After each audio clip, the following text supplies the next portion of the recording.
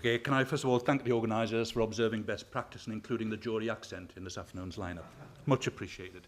Uppingham is a small market town, 4,500 people, about 150 businesses. It's not the principal market town of Rutland, which is important in neighbourhood planning terms. 10 years ago, the town formed a business-led partnership called Uppingham First, which unusually has an elected neighbourhood forum, an elected town council, and an elected business council, who together helped create the neighbourhood plan. Over 100 years ago, Uppingham's the place where you probably would have changed your horse. Today, it's in the top 1% of the world for broadband speed, and it's where you charge your electric car. The neighbourhood plan built basically on two previous plans. A plan which had about 30-odd ideas, good ideas for the future of the town, created by local business, and the parish plan, which many parishes had prepared.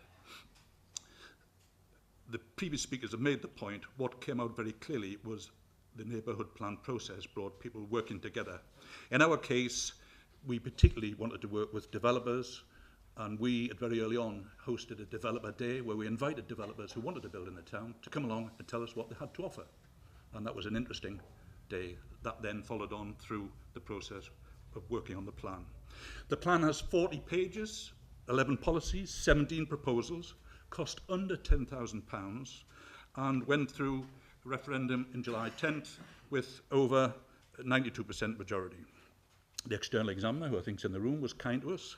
He said nice things like it's written in an interesting way, it avoids planning speak, which is important to us. People actually read it, which is good. And most importantly, he said it contains some exemplary approaches to planning.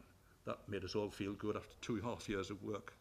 The plan provides for, it protects the heritage and curtilage of the town.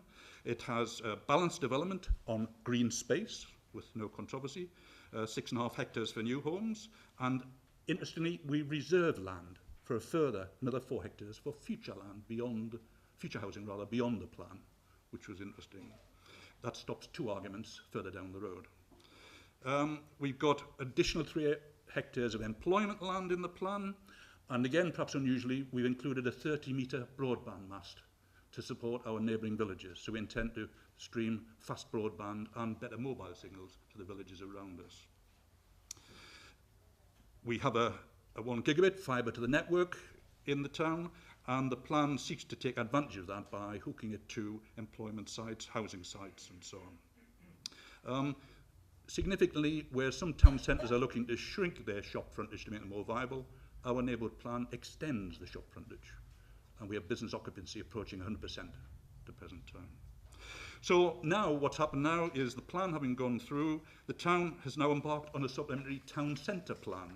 So we have 4 business zones in the community, and we're trying to produce a second plan, which particularly addresses the economic development aspects of the town and supplements the work in the neighbourhood plan. That will include a virtual high street and an app, which many towns are trying to achieve, so hopefully you'll be able to visit Uppingham virtually very soon.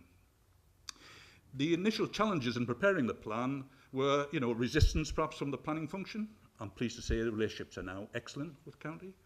Concern about the cost, but we've proved that it doesn't have to cost a lot. Would we have the community experience? Well, we now know a great deal. Could we work with developers? It's the best thing we ever did, to work with the developers from the beginning. What about the volunteer contribution? We were overwhelmed with volunteers. Would the powerful Uppingham School, our biggest employer, work with us? They've been one of our champions. And what about the fact we had too many pieces of land and too many developer choices? Well, again, we used community interim voting and community opinion, plus some stats to help make our final choices. In summary, we would say that the pre-localism, Uppingham always complained it wasn't heard. It wasn't the principal market town. It wasn't heard sufficiently by the county council planning function. I think I'm delighted to say, and I'm certainly empowered by all of our 3 elected forums to say, thank you to government for giving us the opportunity to get our act together and put Uppingham first. Thank you.